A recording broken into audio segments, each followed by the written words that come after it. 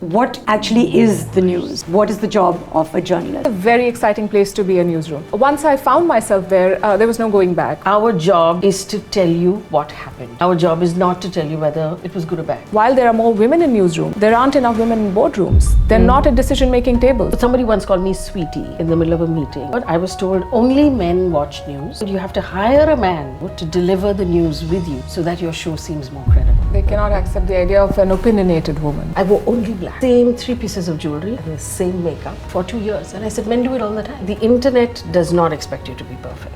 The internet expects you to be authentic. What you bring to the table is not enough. Caliber as a journalist is not enough. And what your output is in terms of work is not enough. You still have to be on the right side of certain people who are in positions of authority and in a position to also abuse that authority. It makes powerful people uncomfortable, which is the job of a journalist. Right. I think they expect news to be a public good, and you're not helping us by putting out news for free. It may be a corporate house, it may be a government. A lot of your channels depend on government ad money. And who puts the money is who we work for. Private owned companies, their loyalty is only to their shareholder. Do we really have freedom of speech? Can we speak our minds? Where powerful people have ways to put that sort of pressure. You did speak about the work-life balance. Some work environments are not so sensitive. I'm working with my children while I'm at work, and I'm working with my team while I'm at home. You can't drop the ball as a daughter, you can't drop the ball as a parent, you can't drop the ball as a team leader. And I find it hilarious when someone says, oh, you need to get a certain amount of sleep and exercise. It's bad enough that you're a woman.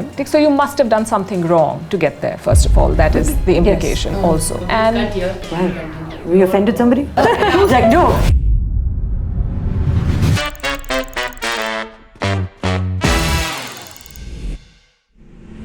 So growing up in a family where books, debates, conversations were just part of our daily life, I've always admired women who had the courage to step into spaces where their voices could create change. And one such space has always been journalism. When I think back to the 1990s, watching the news for us was like a family ritual. So we would all gather around the television and we would wait to hear from the few trusted voices of that time. So for me personally, I remember Salma Sultan with that rose in her hair, and my father really enjoyed listening to Prannoy Roy because he had impeccable delivery, and both of them had measured voices and were very calm in their demeanor. They didn't just deliver the headlines, they gave us reassurance and they gave us clarity. But today, the landscape feels very different. The news has become a 24/7 cycle of breaking headlines, noise, and sensationalism. And yet, in the middle of all of that chaos, there are a few voices that I still turn to for truth and for perspective. So for me, they embody courage. They don't shout, but they are firm. They're driven by data. They have credibility. Both of these voices happen to belong to women, and I'm absolutely thrilled that both of them have agreed to join me here today on All About Her. Joining me today are two incredible women who have in their own ways redefined what journalism means in our times. They're voices that cut through the noise. She redefined what news can look like for young India with conversational, no drama, straight to the point style. From taking on primetime television to now ruling the digital space of independent journalism, she's shown us that authenticity always wins. Hers is the news I can confidently forward to my WhatsApp groups without fear of being proven wrong 10 minutes later. So please welcome Faye D'Souza. Thank you. Thank you. There are some journalists who don't just deliver the news, they own the narrative. Sharp, fearless, and with a style that makes even the most complex global issues simpler to understand. From primetime debates to carving her own digital space with gravitas, her journey reflects both grit and grace. Please welcome Palki Sharma. thank you so much. Thank you both for being here today. I'm very excited because, as you know, or you may not know, on All About Her, we get into various themes and subjects, and one that has always interested me is journalism and the news. It's not something I know a lot about, but I hope at the end of the conversation I'll be able to say differently. And I thought I would ask a basic question to start off with. What actually is the news, according to you? And then consequently, what is the job of a journalist? And I thought I would ask you first, Palki, just because you're... What is the news? The news is what's happening in the world, but increasingly people are consuming it on all sorts of platforms, not necessarily from journalists. So I think news now is also trying to help the audience make sense of their world and give them some clarity in the clutter. And that is the job of a journalist now. So you cut through the noise and you try and be that one credible. You give clarity, and you of course, it has to be credible, and you have to rely on facts, because everyone has a mic now. Yes. But not everyone is checking facts. Not all journalists are also checking facts. So some people have to do that. And Faye, what is the news view? So Palki is absolutely right. News, I mean, right now, the thing that we don't have a lack of is information. Because everybody has become a content creator. And there is a blurring of lines between creating of content and actual news. And because you are consuming it now on a platform that gives you everything. So if you're someone who consumes on YouTube, then you're watching your entertainment and your cooking show and some memes and something else and some news content simultaneously. And it's the same with Instagram or wherever it is you're getting your information. So it's really important to be able to tell the difference between what is just pure content and opinion and what is news. In my opinion, news is information that you need in order to be a functioning member of your society. So if you're a voting citizen, what information do you need in order to be able to do your job better? Right. You need to know who is in charge, what they're doing with your money, what they're doing with their decisions, what kind of decisions they're making. You need to know better when someone is changing your rights. You need to know better when someone is changing the rules. Anything that helps you become a better functioning member of society and a functioning citizen of your country is news. This is my perspective, right? And the reason why my team and I have distilled it down to that grey with black lines is, after much working through, what we should do, I figured out that our job is to tell you what happened. Our job is not to tell you whether it was good or bad. Our job is not to tell you whether you should be happy or sad or angry about it. That you figure out how you feel about this. So you have trust in the consumer of that news 100%. to be able to? You choose your government. You're considered old enough and knowing enough to vote in a government, to marry, to have a job, to drive a car, to operate heavy machinery. You can decide what is right and wrong. I don't have to tell you that. You're aware of your rights. The job, in my mind, is that whole barrage of information, that tsunami of information that hits you every day. The job is to distill the information that is relevant as news, then to double, triple fact check it to make sure that when we give it to you, it's reliable and it is devoid of any color. I hope I'm not interrupting you, No, because please. I do know you have also consciously called beetroot, because you said that it is like that sabzi. It's that sabzi that is good for you, Yes. that may not be mirch masala, but that you must consume daily because it makes you a better individual, it makes you more, in this case, of course, with the news, an informed individual. I used to get a couple of newspapers. I still do, but now I just do the crossword on them. But I used to enjoy reading the editorial. And as somebody who thinks of themselves as somewhat aware, I still enjoyed getting an opinion piece. And I understand what you're saying about giving people the facts and then letting them, not forming an opinion for them. I want to ask you because, firstly, when you spoke about what you think news is, you did refer to the fact that there is an opinion, there is a context that you enjoy giving it, and on Vantage, you do that forcefully. So can you tell us about why you think that that's important and how you manage to differentiate it from the noise? So I see Vantage, or my show, as the opinion page of First Post. And while we are giving all the facts, we are also telling the audience that this is where we stand, this is how I process. But of course, it's up to you to see or to make sense of it the way you want to.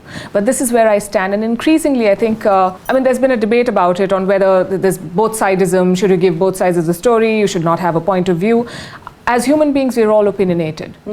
And I believe that when I share my opinion on a subject with my viewer, then I'm having an honest conversation. I'm wearing it on my sleeve. You may disagree with me, but you could still come back tomorrow to see what I have to say on something else. So I think that is where I'm coming from. But we're not shoving it down your throat. And we're not saying that if you don't agree with this, then you do not deserve to live in this country, or some of. You said it really well, right? You said in a newspaper there is the edit page, which is very clearly marked as opinion. And so is your show, very clearly marked as opinion. The danger is when the opinion is in the news and you write a headline a certain way and news is presented a certain way. See, when opinion is marked out clearly, saying, hey, this is the opinion of a qualified editor who has used the information, given it perspective, has the experience and the qualification to give you context on it, that is a perfectly, fine thing to do, because everybody wants some guide on context. And you want an informed opinion. You want an informed opinion. So that's where editors give their opinion, and then people who write columns give their opinion, because they're qualified to do so. I also feel that why I appreciate those opinion pieces are because they're storytelling. And I do think that, again, when it comes to communicating in any form, if that storytelling is forceful and is engaging and is creative, then it resonates and it stays with you. So we can get into that a little bit later, but even though my first question was broad, I want to go back to why journalism. You've called journalism a calling, not just a profession. Why was it your calling? I think I discovered it. I did not set out to be a journalist, and I've said this before. I was doing something else completely. I was learning how to weave fabric, and that is what I wanted to do. But I also used to write as a student, and one thing led to the other, and I found myself in a newsroom. I thought it was very exciting. It's giving me a voice, and I can. I'm learning something new every day. I mean, no 2 days are alike. Even if you're, my favorite story is the 2G scam. The 2G scam broke. I was expecting my first child. I went on maternity leave. I came back. We were still doing the 2G scam, but every day it was different. So I think it throws new things at you all the time. It's a very exciting place to be a newsroom. Once I found myself there, there was no going back. Although I did take a break, but I came back because I thought this is what I really enjoy. And the second time when I came, I knew that I'm doing this as a conscious choice, because the first time was just things are happening to me and it's so much fun, and why should I be doing something else? And I've met great people and I'm learning something every day.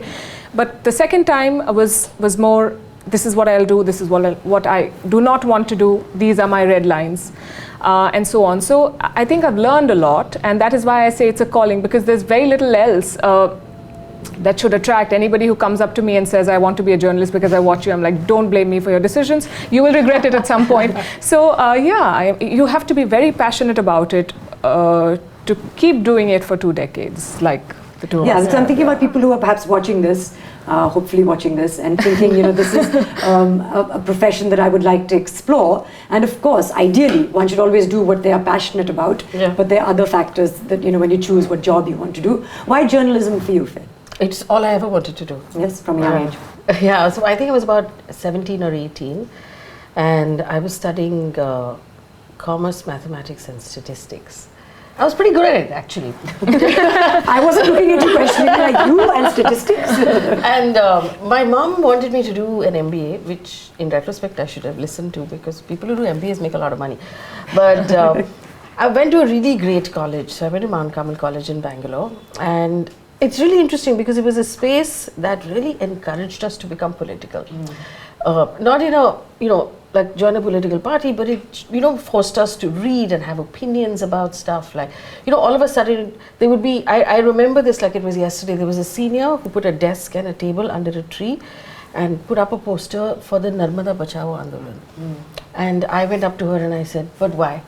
Like, what's wrong? We need a dam. And then she sat me down and we had a 1 hour, that was the entire lunch break, 1 hour argument on the dam versus the lives of the people and the livelihoods in the villages and stuff like that. And there was no right answer or wrong answer, but it really forced us to build opinions and to know your own mind. And why haven't you read more about this? Yes. You need to know more about this. And the more it pushed me, the more I realized that I loved it. And this was a heyday. Prannoy Roy was reading the news at 9 o'clock, right? My father, though, enjoyed watching Prannoy Roy. And we all N. Ram was writing in the Hindu, and it was just such a glorious time for journalists. The Kargil War happened, all of this happened, and I decided to switch. And my mother was like, oh my God, because back then if you did a BA, you were just going to waste your time, right? It was not considered serious. And I was doing a bunch of extracurriculars, but I just knew in my bones I wanted to be a journalist. And I imagined that I would be this very cool war journalist, somewhere in the Middle East. That's what most people think. They're drawn to the glamour, but there's so much grind behind the scenes. I mean, you come thinking that, sorry, carry on. I finally did become a business journalist in CNBC TV 18, but I covered insurance for 2 years. And you think you will not have enough things to say about insurance, but I had a new thing every day for 2 years. I'm sure you did, but I'm sure it's not what you imagined yourself doing. No. And because of course, when you started, because this is something you both wanted to do from the beginning, you obviously started very young. You were at All India Radio, you were at DD.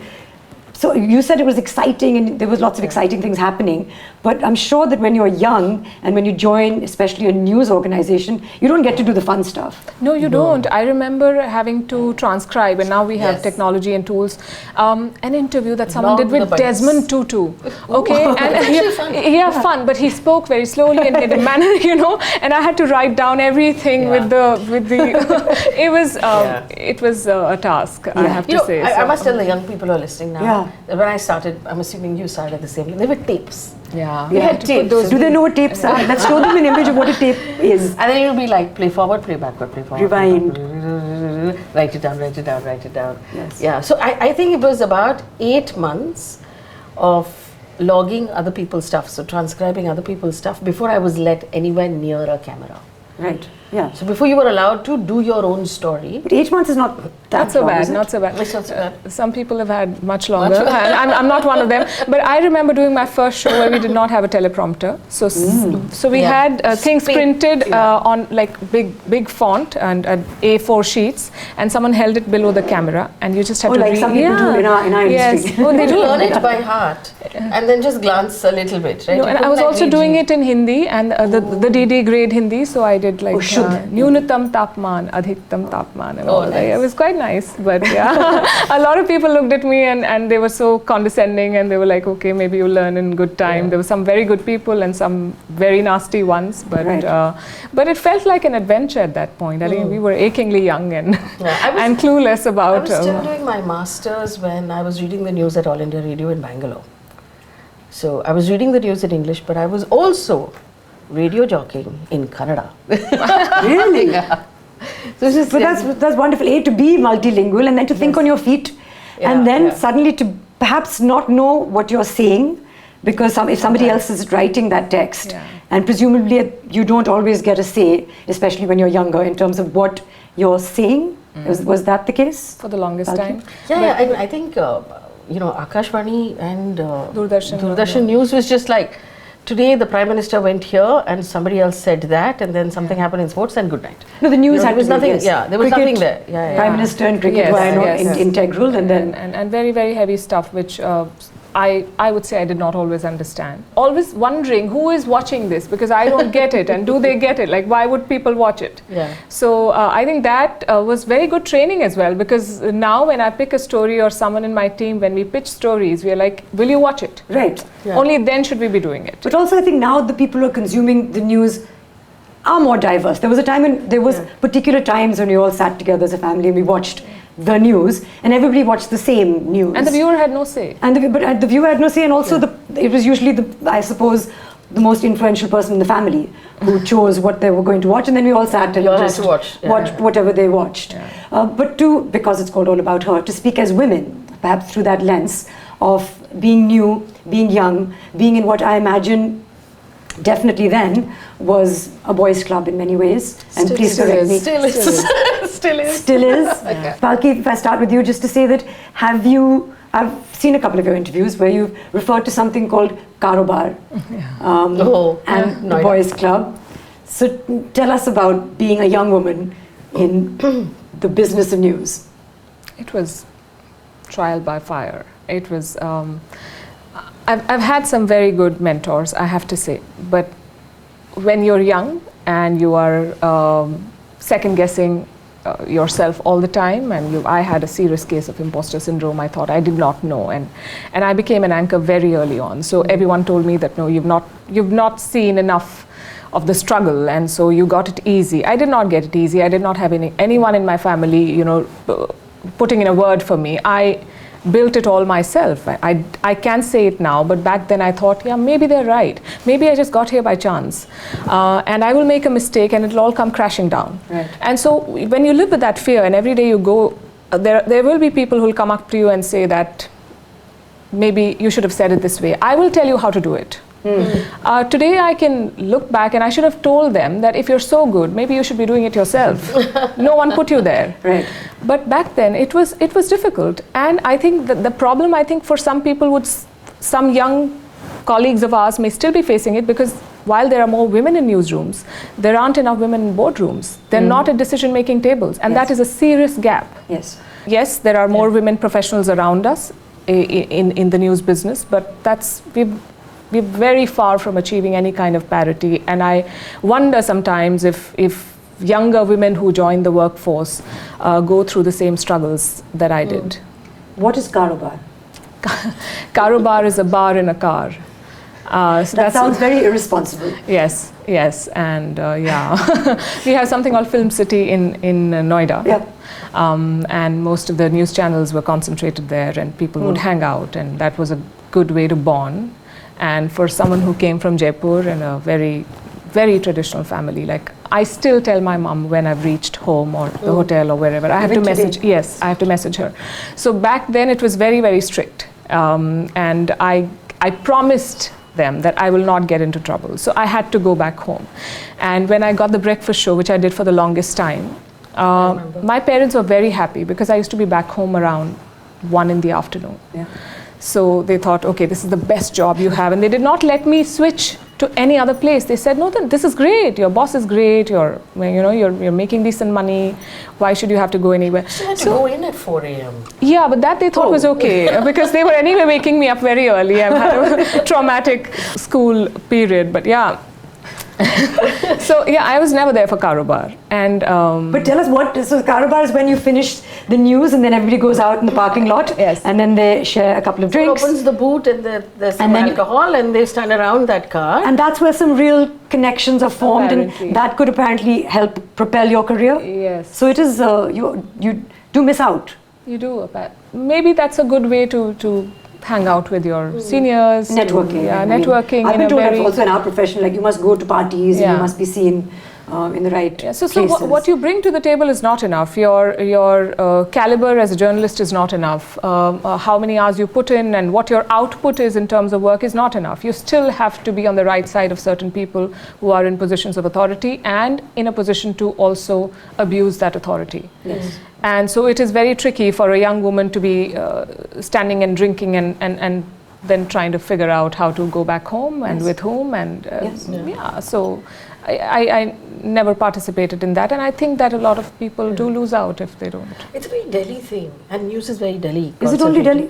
No, see, in the sense that, excuse me, in Bombay, in Mumbai, you'd go out, but then the city is such that you can take an auto and go home. It's You don't populated. The roads are populated. You don't need someone to drop you home. You have to put yourself, in that position. Actually, I found a lot of sexism. I didn't encounter a lot of sexism as a reporter because I worked in Hyderabad, in Chennai, in Bangalore. When I was with CNBC, they sent me all over the place. So I was posted in various cities, and I was a bureau reporter, and I loved it. I found sexism in the boardroom.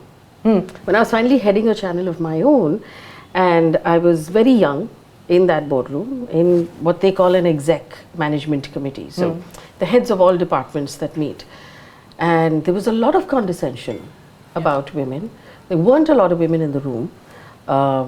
People would constantly talk over me. I was expected to be grateful to be let in at all. Right. Right? So tum pyar se apna kaam chalao. Like, there was a lot of that. There was a tum ladki ho. Like, somebody once called me sweetie in the middle of a meeting. And so there was, don't expect the men to be answerable to you. Like, don't expect the head of sales to take your call. Yes. Don't expect anyone to be accountable to you. You're just a girl. Right. And there was this regular referencing of girl. Tum Right. ladki ho. I was 35, 36 at this point. I said, what the hell? But could you say it? What the See, hell? I did a lot, and see, this is a tricky thing, right? I got called feminazi. I said, then they were like, yaar, iske saath kaam nahi karna hai, ye bahut pakati hai. And we're replaceable. Then somebody who's more amenable, perhaps somebody who's...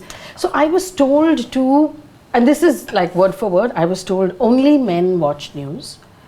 And so if you want to seem credible, you have to hire a man to sit next to you. on the show to deliver the news with you so that your show seems more credible. So a man does not want to watch a woman. Yes, because apparently they don't presenting like our the news. voices and they don't think we're very credible. I was told this. Like, I was told this stuff. I have been told that, you know, women's voices achieve a pitch Sure. that men find annoying. Yeah, really. And then it's hard for them to switch off, apparently. They cannot accept the idea of an opinionated woman. Most men Yeah. cannot. Yes. And that is where the problem begins, I think. Yes. And I totally agree with you on the whole. It's bad enough that you're a woman. It's worse that you're a young woman Yeah. who has risen up in life Yes. fairly quickly with a lot of hard work. Yeah. And that is very problematic. So you must have done something wrong to get there, first of all. That is the implication also. So I actually developed all of these tactics, okay? It was really like this thing. So I would show up a little earlier and catch my seat. Like, I would pick my seat, which was closest to the head of the table, and then I would hike my chair up all the way so that I appeared taller than I really was, legs dangling under the table, but I was like towering. And whenever a man would cut me off, which would happen a lot, I would stand up. Not in an aggressive way. No, but you're just making yourself visible. Yeah, make yourself more visible. So I would get up to get water and then not sit down casually and just stand behind my chair so that I'm taller than everybody else and then I'm able to talk over everybody else. And this is really interesting. So this is advice for women in boardrooms. When a man cuts you off, you just very politely say, "I'm not finished." And they'd be like, "Oh my God," because, you know, they don't want to be seen as the Yes. jerk who cuts you off. Right. And a lot of times they do it without realizing. You don't have to, you just very politely say, "Hang on, I'm not done." And they'll be like, "Oh, okay," Yeah. like that. So, You should try this. yeah. So, and the other tactic that I picked up was whenever the conversation gets heated, you drop your, Meryl Streep. two things and go a little lower like this. I didn't randomly say Meryl Streep. It just reminds me of Yeah. Devil Wears Prada. I'm not sure the height thing helps. I'm taller than a lot of men I'm around, and I think it makes them extremely uncomfortable, so they will not stand next to me for very long. Of course They're just not. always trying to, Yeah? No, but I'm not a very tall person. So then in a room where there are like 20 people sitting, if you're standing behind your chair, they just... Or you go to a few podcasts. I've been told that a lot of people I work with are worried what I'll say about them in the next podcast. So that helps, yes. Yes, of course. When you have a voice. Okay. When you have a voice and you have a platform for your voices. So now's your time. Tell Yes. us. Here and now, breaking news. But you said then, and now we're talking about now because I feel like you are in positions now, in commanding positions in your respective environments. So as you said, it's still a boys' club. How does that touch you today? And I'm only reminding myself of the question because we spoke about sexism, but you did say it's also unsafe. So I do want to then speak a little bit about harassment, about consent, about stories that may or may not have happened to you, but that you've seen or that you know of, in terms of how safe is it, because we've all now know the Me Too movement. You've covered it extensively, of course, but what happens in the rooms of the places of people that cover that news? So, okay, this has not happened to me, but I know of a lot of people, a lot of women anchors who had male bosses who had to get their clothes approved by them. And this won't look great, and why don't you wear a skirt, and so on and so forth. And it happened, and they could hide behind the fact that they are trying to bring a presentable anchor to the screen. Right. But that yardstick never applied to men, and there are all kinds of men, and come on air, and that apparently lends them credibility. But for a woman, you will see a lot of young women looking a certain type who are usually given a break to anchor. What is that type to get a break? You have to be thin to start with, and you have to be cute, and you have to be.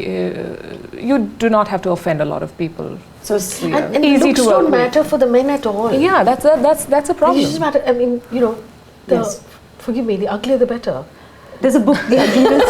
Have you seen the... You know this is true. Because it's- I said the same thing, and I said that in a nicer way. But there's that book, The Ugliness of the Indian Male. I don't know if you've read No, it. but this is true Across the overseas world. as well. Watch American news television. young women There'll be and like old a men. balding man in a suit that is too tight for him, face is red, and this really well turned out, hair perfect woman sitting next to him. Yes. So that same allowance that's given to this man is not given to the woman. But they see, This is because across the board. we feel, even in films, you see that men are relatable and women have been aspirational. Presumably the person consuming that visual is a man who wants to be that man, who sees himself in that man, so therefore can be in all shapes and sizes, but he imagines the woman to be Aishwarya Rai type. If the woman looks the part, then she is not taken seriously enough. Oh, yes. Yeah. So she has to navigate that whole thing Yes. of, you have to look a certain way, but then you're just there because you have the face that is You can't required be for the job. attractive and be intelligent. So It's too much. You're taking up too much space. So you know what I did when I got my primetime show on Mirror Now? I, much to the horror of the stylist, I wore only black all the time. And I said, I don't care what you do. They would have like an allowance to buy outfits for you once every quarter. I said, you go out and you pick up every black jacket in the market. And I had this like, what, it was all black. Right. And I wore the same 3 pieces of jewelry and the same hair and the same makeup continuously for 2 years. And I said, men do it all the time. Yeah. Like every male anchor I knew would have that same jacket that he would put on every day and nobody cared. So why is it that women have to like dress up and wear different colors? And I said, I'm not going to do any of it. I'm just going to, it's like, for me, it was like product branding. Yes. Right? You recognize your brand of coffee because it looks the same every time. I said, I'm just going to look the same every day. People will just get used to it.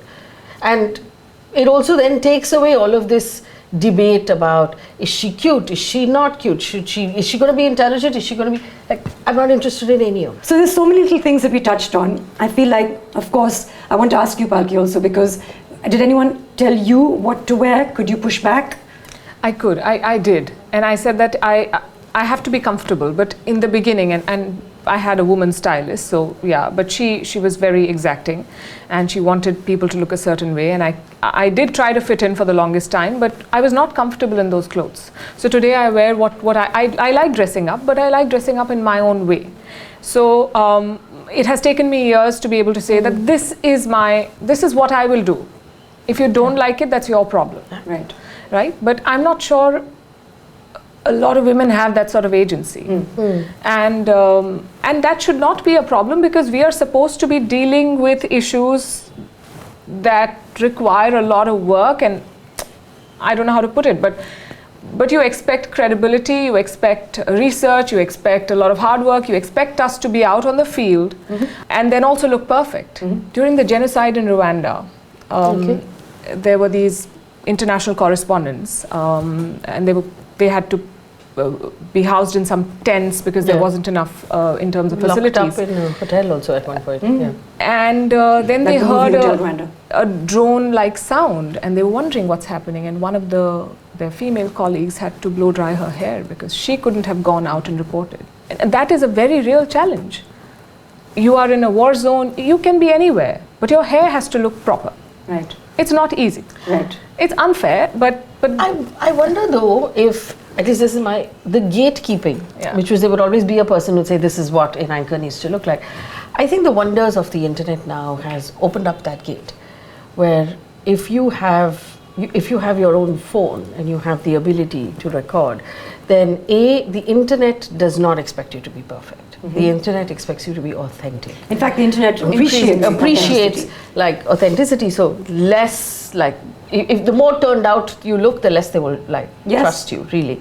And plus I feel that we now have the ability to create our own pockets that suit us. Of this is how I'm comfortable and this is how I want to deliver the news and this is how I feel most like myself, and so I'm going to do it this way. And the audience will respond to you directly. So there's no gatekeeper telling you, this is what you should look like, and this is what you should sound like, and this is what the colors you should wear. I think that is one of the many wonders of working on the internet. And in terms of, because Palki spoke a little bit, in terms of the post Me Too and the awareness, in terms of the harassment, was there anything that troubled you, that you saw, that you disliked? Of course, I mean, there was a lot of stuff back then. There were large teams of young women with male bosses who were expected to go out for drinks after work. You know, there's always that grey line of, oh, this person is my favorite, and so I'll give her the best stories, and I'll give her the anchoring slots and all of that. And, you know, some stood up to it and said, I'm not interested in this. Then you're worried about facing backlash, getting taken off the anchor sked, not being given the best stories. There was a lot of, it was very murky back then when we were starting off, because you didn't know your rights.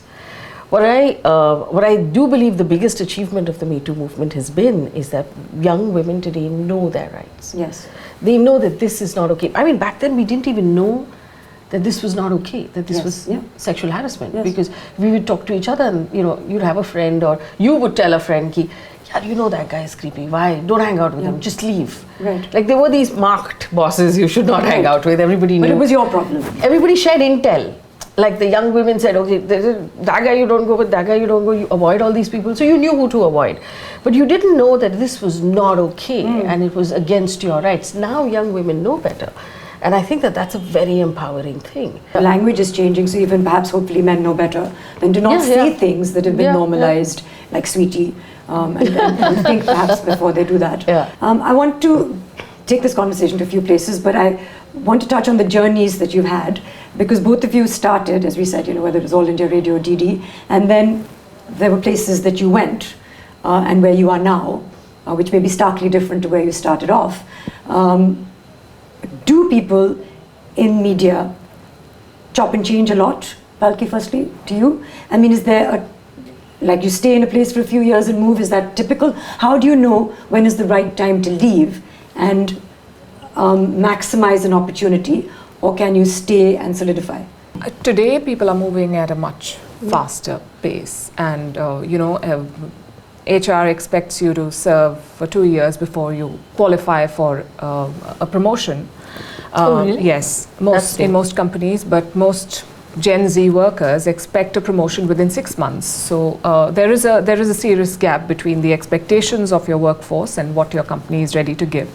Increasingly, I think newsrooms and media bosses will have to realize that there is a premium on the individual, and you have to invest in the individual, and you have to make them partners. They're not your employees anymore. That is changing for sure. When we started, I've had like my longest stint in one place was 12 years. So I've given it time, and it has its own fruits, because then you build, depends on what you want to do. There are people who are what we call individual contributors. They operate like lone wolves. They want to grow, and then there are people who want to build teams and work with those teams. And I've been very, very fortunate. I've had some people who I've worked with for almost a decade now. And they've stayed with me, and we've remained a team. So that is great. I think it depends on what you choose.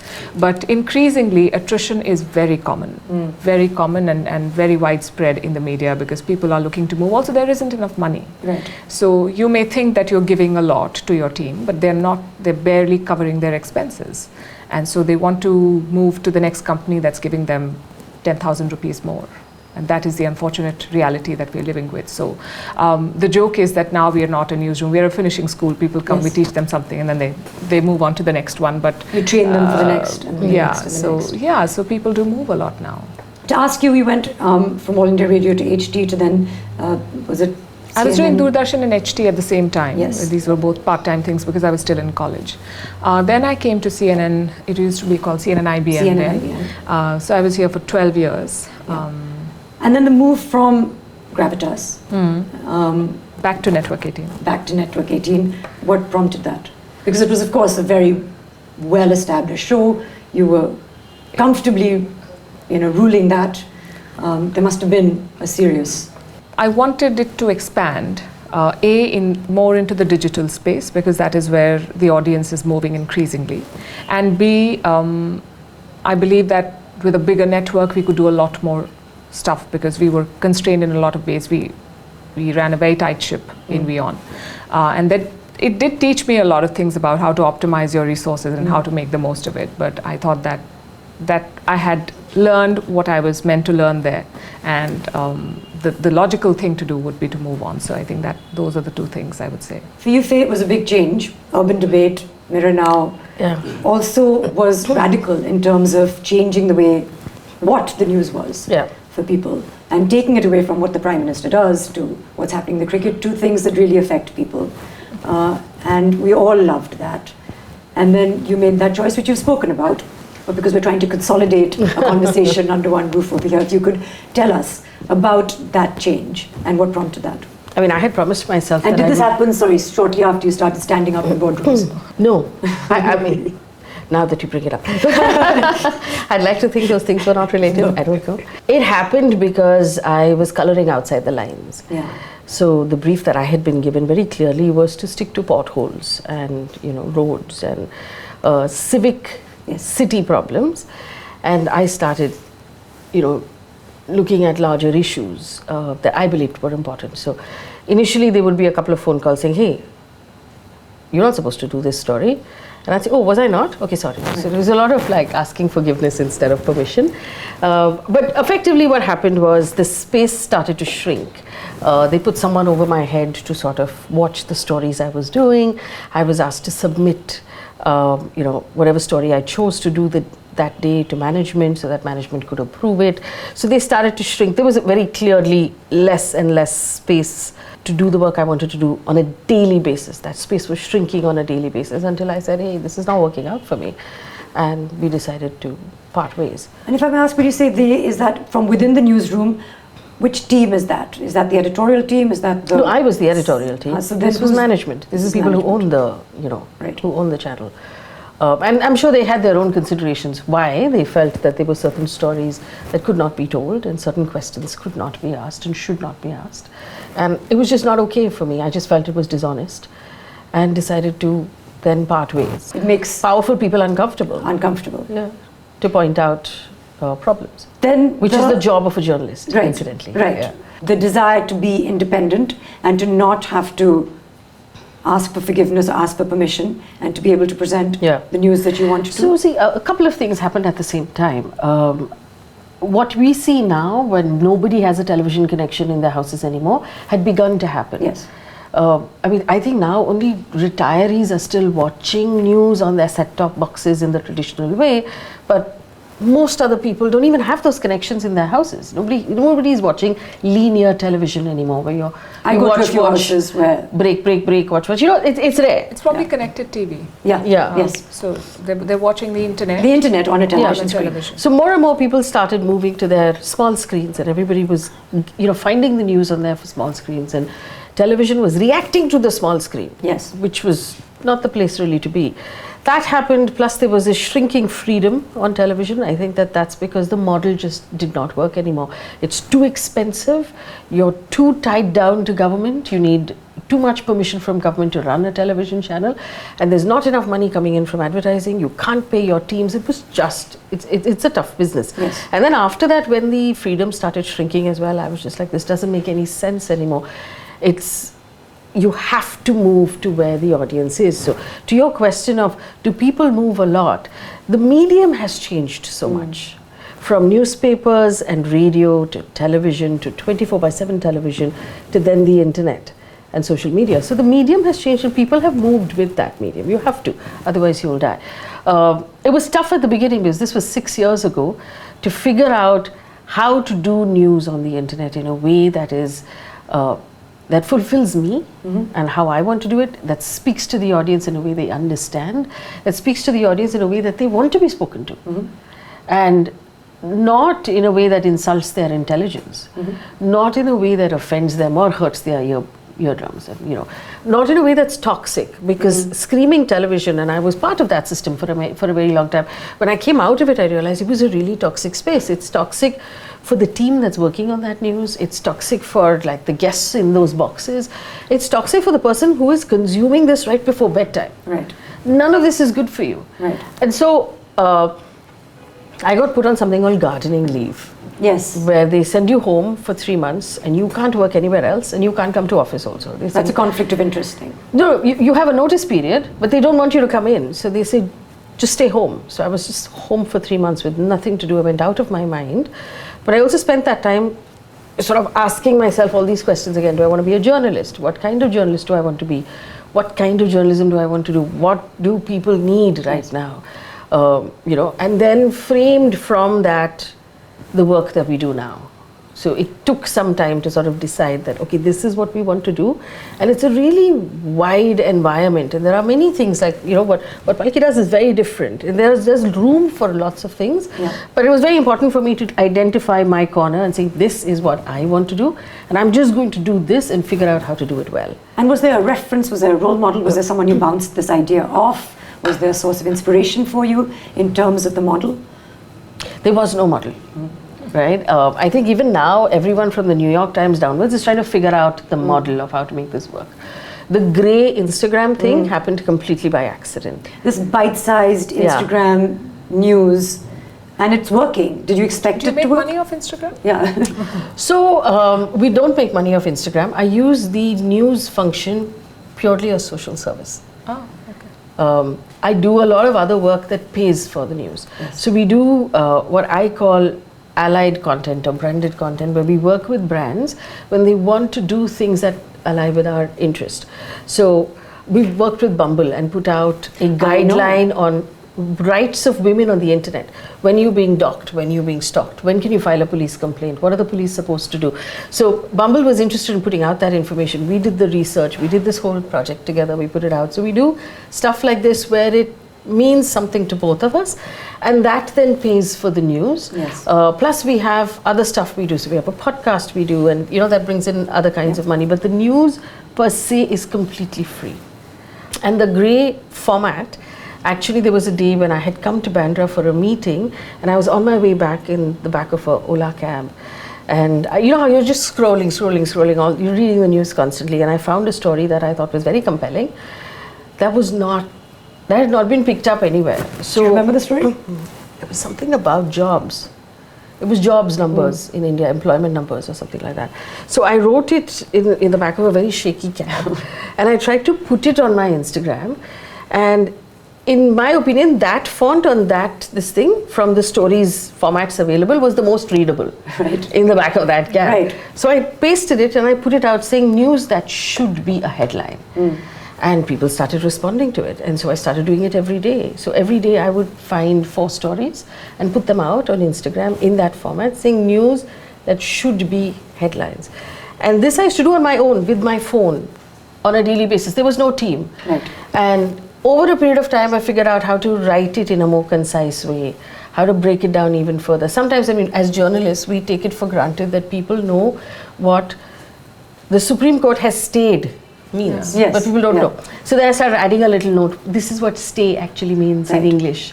So we would break these things down. This is what repo rate actually means in English. So the format and the tone and everything developed over time. And we're still learning. And then over a period of time, we made a couple of mistakes. We started putting in fact-checking processes.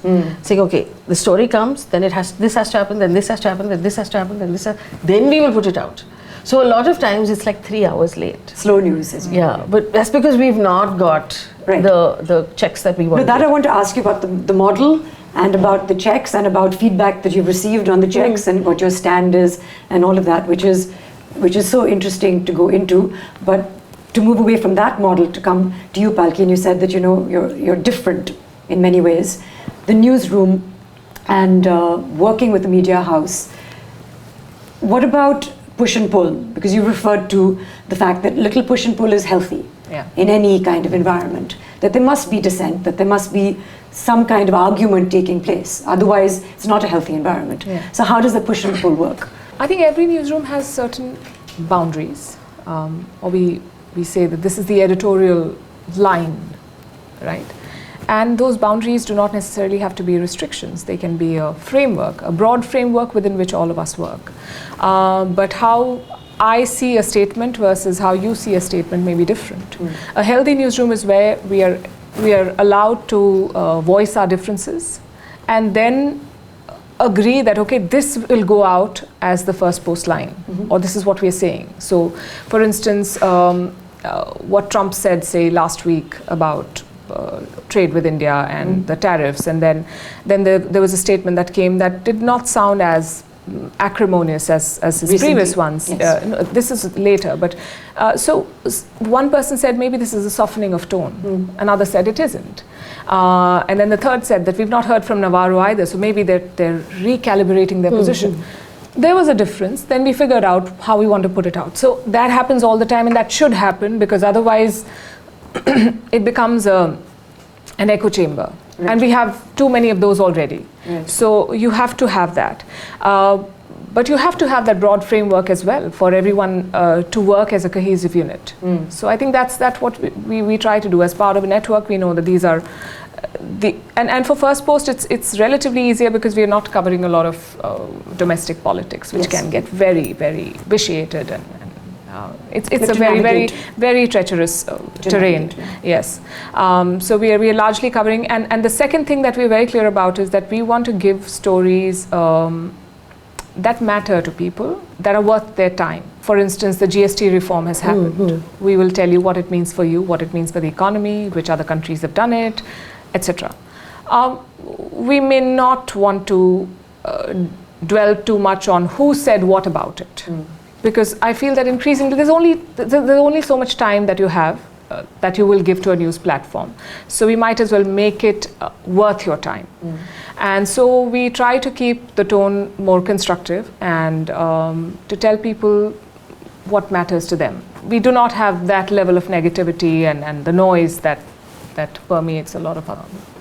The decision to focus on the geopolitical world, that's your interest, that's where your passion lies. Like, I feel like you said that it is difficult to navigate domestic.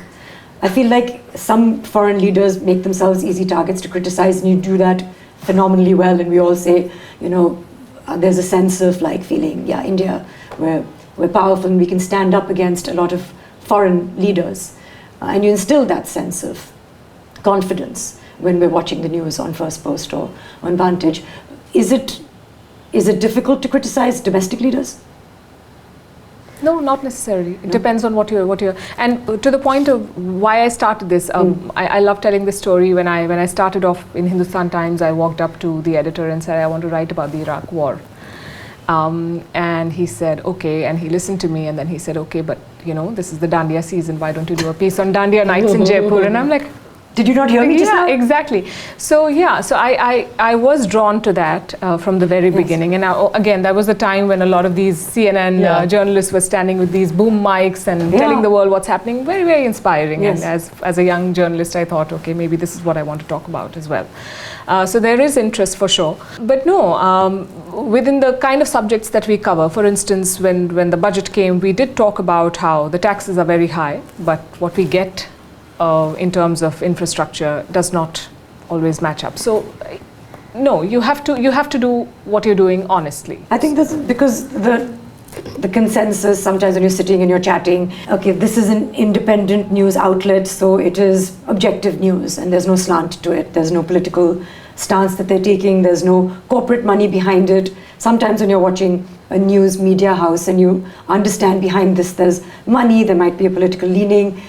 Is it one-sided at all? This is a question you've obviously faced. It's not the first time. So I think that a lot of people don't understand. I think they expect news to be a public good, and you're not helping us by putting out news for free.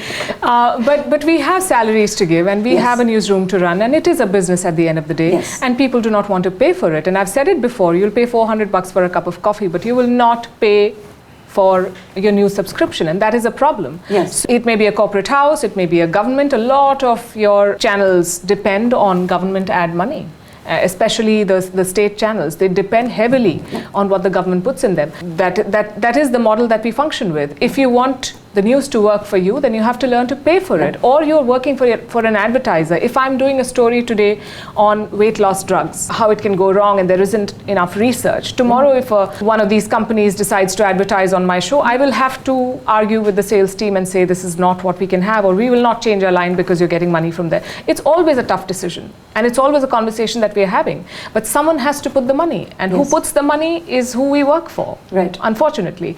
And within that, again, we push boundaries, because I believe that fundamentally anybody who becomes a journalist in their hearts is passionate about the stories they tell, and they know what is right, and they want to do the right thing.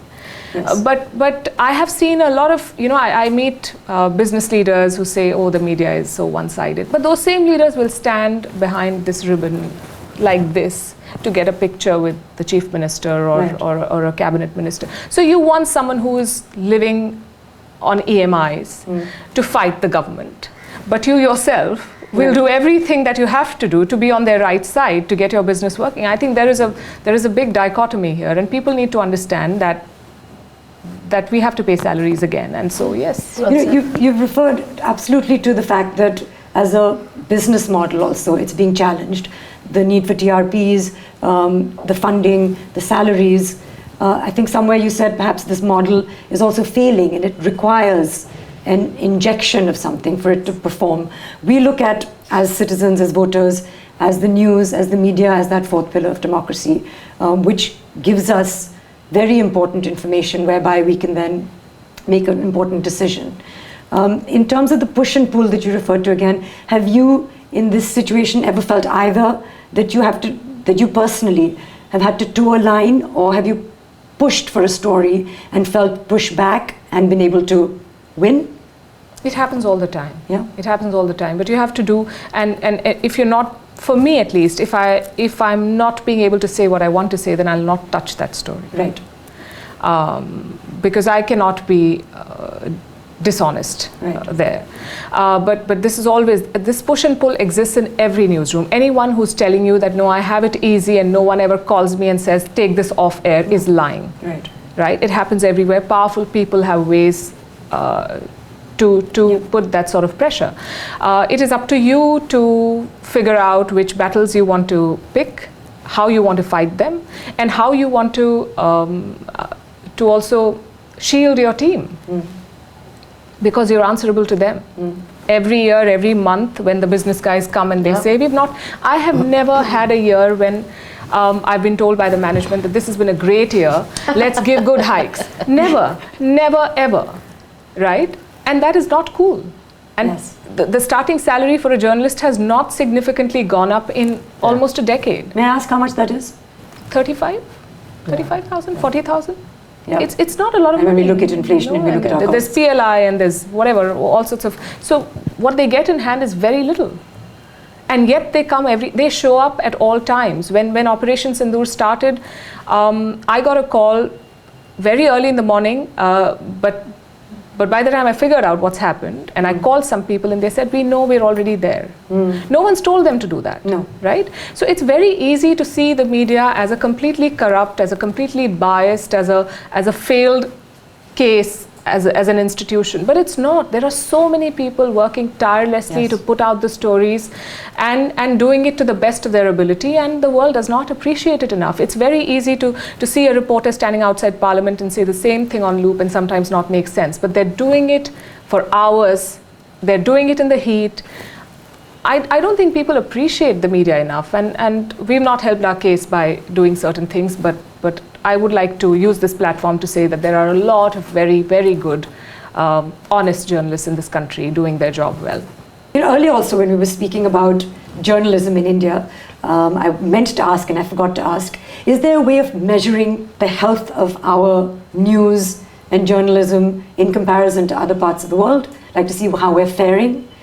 People speak about, at home, the fact that the freedom of speech. Do we really have freedom of speech? Can we speak our minds on the news, off the news? When it comes to filmmaking, I know when I sit and they say, now we have to, studios say, we can't touch certain subjects. We must sometimes not work with particular people, so there is a lot of absence of complete freedom when it comes to that. So I just wanted to ask, apparently there's a ranking that's called the World Press Freedom Index. Press Freedom Index, and we don't fare very well on that. I think we're 151 out of 180. I think Eritrea's at the bottom, Norway's at the top. So why are we there, and do you feel that you can speak your mind? Why are we In there? India. Really, you're asking us that. I'm asking you, I'm asking Palki why we're there, and then I'll ask you why we're there. Nobody wants to know what I'm thinking because I'm interviewing you. Super. I'll start with the last question. Can you speak your mind? Yes, you can. We have a very, very diverse, chaotic, vibrant news space. And there are opinions of all colors, all descriptions that are being aired. Whether they find takers or not is a different matter. But There are people saying what they want to say, largely. Do we have no problems in the media space? Not at all. We have a whole lot of issues. Tech companies are increasingly more powerful than news/content companies. They're running the show. We have algorithmic bias that a lot of people do not necessarily understand. The gender parity gap, we have a whole lot of issues that need to be fixed. But I wouldn't lose sleep over this press freedom index, because these indices, I mean, Afghanistan is above us. Have you seen the news there? There's this anchor who sits with gunmen behind, and if that is press freedom, then I don't want it. And why just press freedom? There's a democracy index. Niger is above India. Niger had a coup a couple of years back. They put their president in jail, and it is being run by a military junta. Kuwait is above us.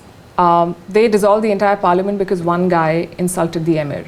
So what do you say about that index? Happiness index. Palestine is above us. Look at what's happening on that little strip of land in Gaza. Ukraine is above us. Myanmar is above us. So I'm not sure. I mean, should we not accept our problems? We should. We should work to address them. But I'm not sure that this is a parameter that truly appreciates where we are at this point. And those rankings are deeply flawed, I think. Right. So the rankings are flawed. Faye, do you feel we have freedom to speak our minds? Here you can say more. So see, the press freedom, whether you want to take the index or the indices seriously or not, one, press is not just about Delhi, Noida and Mumbai. There are reporters who work in small towns, who work in tier 2 cities, who get murdered for reporting that a road was made, that there was corruption in the making of a road or a bridge. Is that unique to India, though?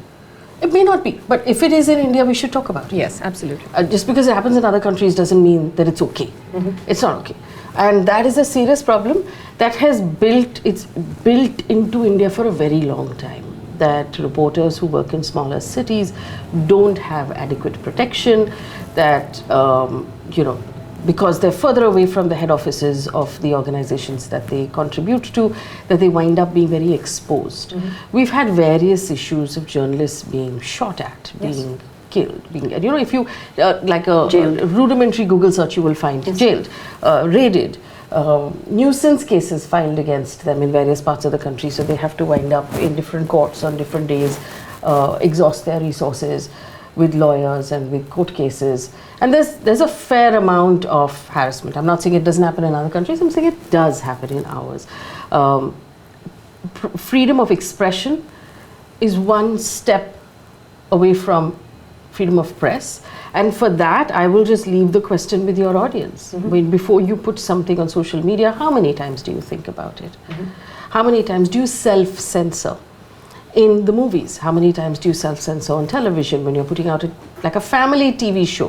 How many times do you, self-censor when you write something on a WhatsApp group, when you type it out and then you delete it saying, boss, please, I don't want to put this out. Self-censorship is what we call a chilling effect, where you feel that you don't have the confidence to say what's really on your mind, and that is across the board.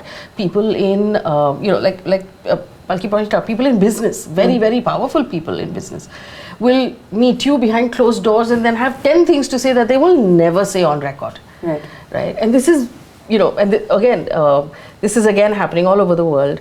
There was a time when Trump in his first term put out a Muslim ban, and Silicon Valley stood up against him and said that they will take him to court because they believed it was undemocratic. Today, Silicon Valley, the 5 white guys who control all tech, sit around a table and take turns to praise him. Mr. President, you are so amazing. Mr. President, you are so amazing. So tables have turned all over the world where people are far more willing to concede to power, to bow down to power in order to get their work done. And I think that, yes, it's happening all over the world. Yes, it's also happening in India. There is a marked reduction in freedom of expression, freedom of speech, and thereby freedom of press as well. I just want to add one thing here, that first of all, we are a very big country and there are problems, like I started by saying, that there are issues that need to be fixed. But this is not unique to India, that doesn't make it okay. But this push and pull, this power play has always existed, right? And it is a part of the game, and it is not something that only the media grapples with. I think anybody who's starting a business, anyone who's trying to do anything, you may be a bureaucrat, and if you raise your voice against your senior or something that is wrong in the system, you will face a pushback, right?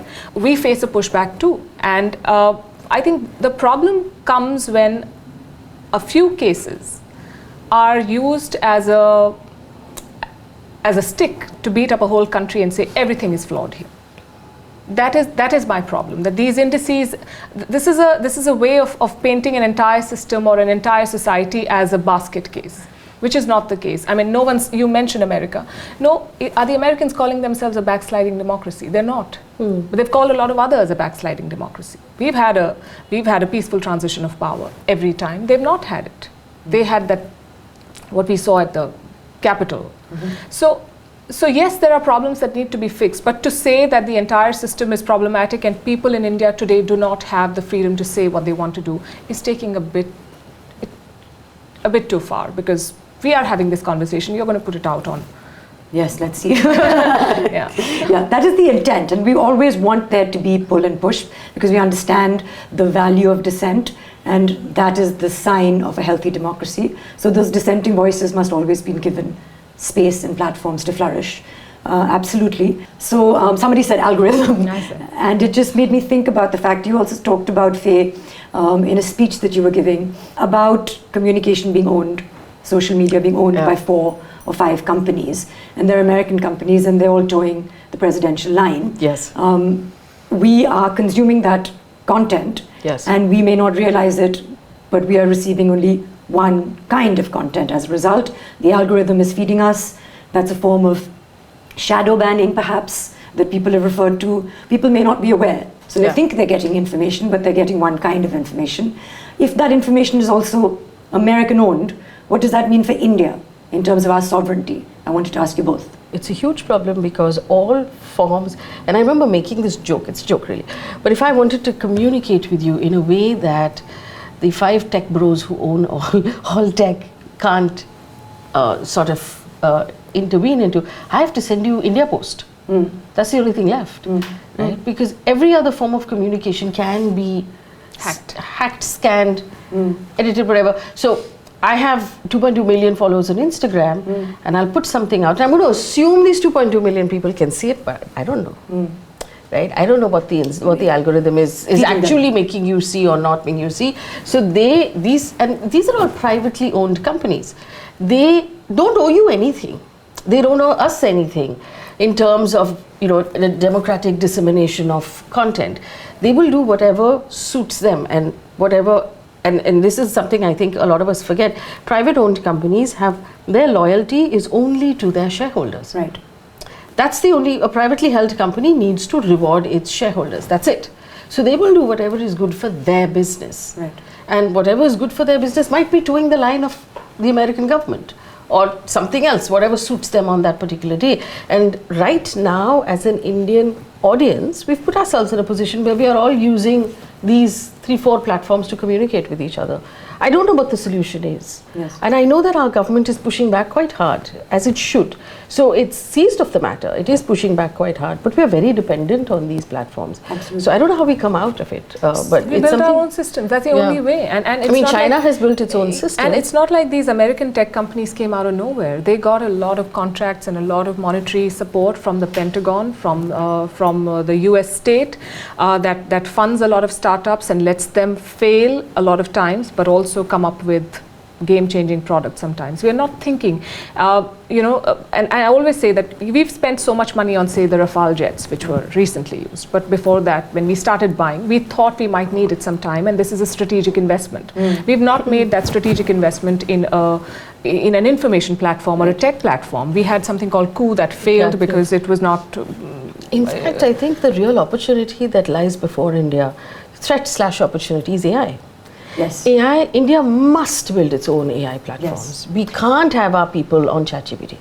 That's my next question is You AI. simply cannot, because we're sharing too much information. Yeah. They're building far too much, data out of us, and we are just a data gold mine, right? Because there's so many of us, and there are so many of us on the internet.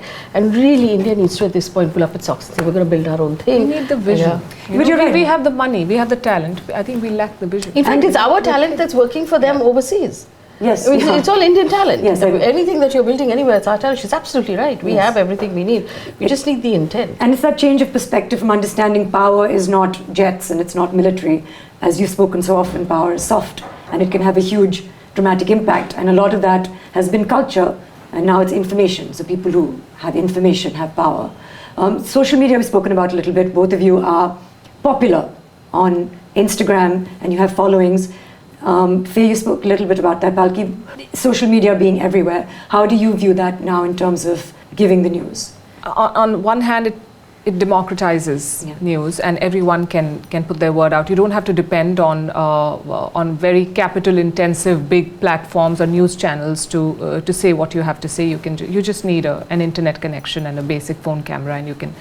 The other or the drawback of it is that there are too many voices and there's a lot of clutter, and so facts get lost a lot of times, and everyone who has a platform does not necessarily fact check. Right. So and like you said, the line between a journalist and a content creator has blurred, and that is a big problem because we're not here to entertain. And when you expect, so the problem is that now entertainers are giving you information, and those who are supposed to give you information are entertaining you, and that's not a good space to be in. So how do you process? So for someone who has a sizable following, how does it shape you as a journalist? There are people who show a lot of love, and that's great. And then there are people who troll you. That's not so great. You cannot let either side influence you. I'm not just saying the trolls who are just doing because that's what they do, but even the people, because you cannot let that shape who you are as a journalist. Tomorrow, if you're going to say something that your followers or subscribers do not like, then that doesn't mean you will not say it. You have to say what you believe in. It's not easy to remain grounded when you have so many people commenting and sharing and saying, so you want to keep doing the same thing all the time because this is what works. And this is, but that's what you have to tell yourself, that this is a trap at the end of the day. Social media is a tool. Right. And you use it as a tool. Right. But the moment you start confusing it with your sounding board, then there's a problem. It's tough because that's your popularity is your platform. Those are the people you're speaking to, and you say something that offends them, and then they go away, and then you lose the voices you're speaking to. But likes and shares and follows are just internet ka TRPs. So it's really dangerous to then lean into it very heavily, because we've seen what happened to television. But you see that, right? Don't you see that how this video did well? Yes. So then you get, I don't know about you, but here, we get these weekly reports on this is what is working, this is what is trending, and this hashtag. And the moment you fall, I cannot tell the business team today what I'll be doing 3 months from now because I don't know what's going to hit us. Yeah. Right? So you cannot templatize. Right. News. Right. And you should not even try to do that because that is a trap. Right. Yeah, but this, the business team showing up with research is like an old problem. I don't have a business team, but I remember what that was like when we were in television. They'll come and say, oh, this is the stuff that's doing well, you should do more of this. And you'll be like, take it. Yeah. I want to get to the team that you have or you don't have or you're trying to build. Is it more than 3 now? 5, 6, 5 people. So we're 5 people, and this is how we keep our costs low. We're all work from home. We don't have an office. We need to get an office, but we don't have an office. So what this allows me to do is I have writers all over the country who are living in their cities. And so they don't have to come live in the big city, so their costs stay lower. Lots of talented people across the country who... Do you not miss the vibe? Every day. In a newsroom? Yeah, because every day. You're typing something, you're like, does anyone remember what? I can Google it, but I want to say, I want to bounce it off people. Yes, and so a lot of people initially stopped sitting around me because I was asking them all sorts of questions. But it's good. Yeah, the newsroom vibe is addictive and very necessary. I miss it desperately. But yeah, we have 5 people, and we've got 2 shows on YouTube. We've got the Instagram page. We've got a bunch of things going, new things that we're working on. Hope to expand. As we come to the finance part of running this as a business. But before that, again, because you touched on AI, and briefly if we can, because AI, I don't completely understand it at all. I know it touches my life in ways that I don't understand. I believe that it is here to stay. So the conversation of is it good or bad is perhaps mute now. Yeah.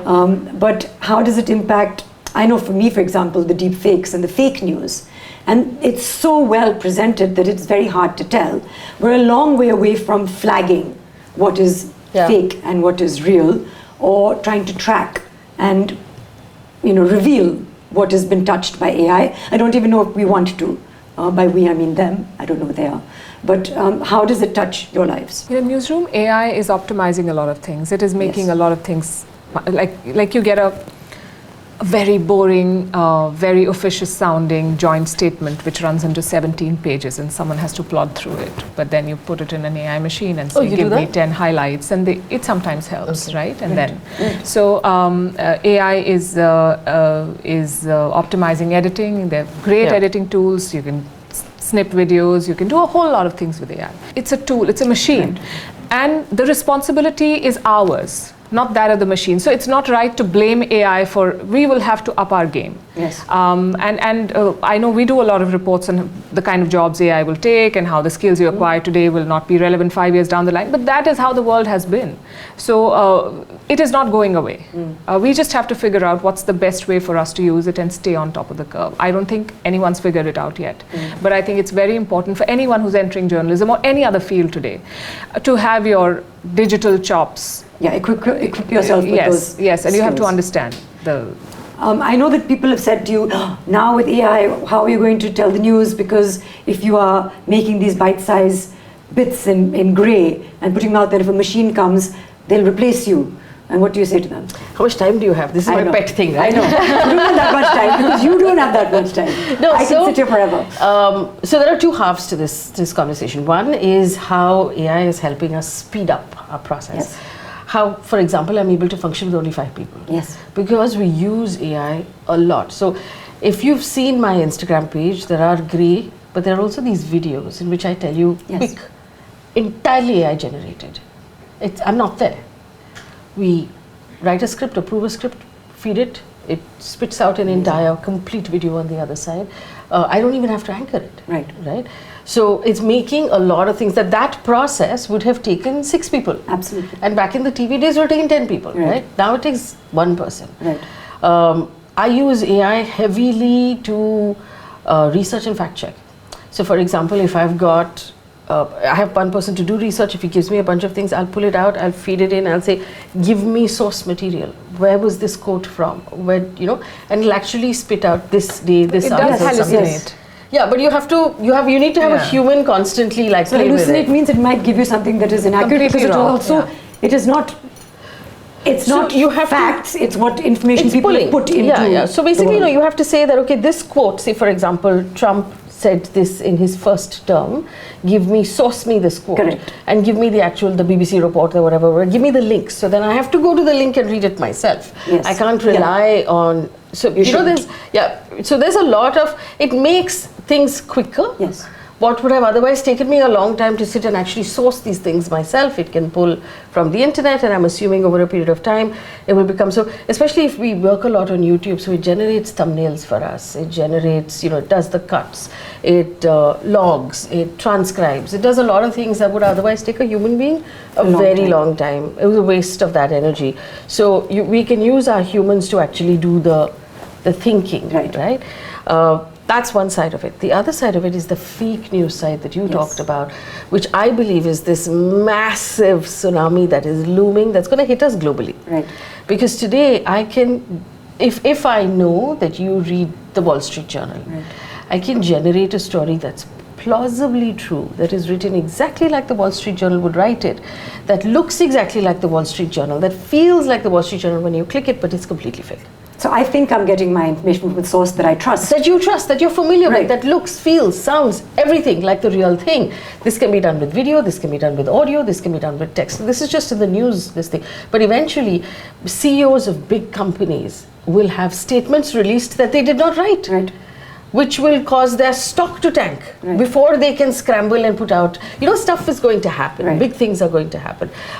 Simply on the fake news portion, I'm not talking about what AI can do in terms of telling you what to buy, what to watch. That's a completely separate thing for a separate day. The problem is that the amount of energy that's going into generating fake videos, fake audio, fake news, we're not globally as a race investing the same amount of time and energy into detection. Absolutely. To be able to detect that this is fake, to be able to tell you that this is not something you should believe. Right. I mean, and perhaps to invent a structure whereby you cannot. We do don't have certain guardrails. things. I think technology is moving very fast, Very fast. and the policy making is very, very slow. Yes. But on the if I were to sound an optimistic note as well here, the problem is for our generation, maybe when I see my children, they're much quicker in detecting what is AI generated. They can say that this is ChatGPT, this does not sound authentic. So because they're born in the native. internet age, Yeah. they're natives, they are Yes. better equipped to track a lot of things. Let's so, hope. yeah.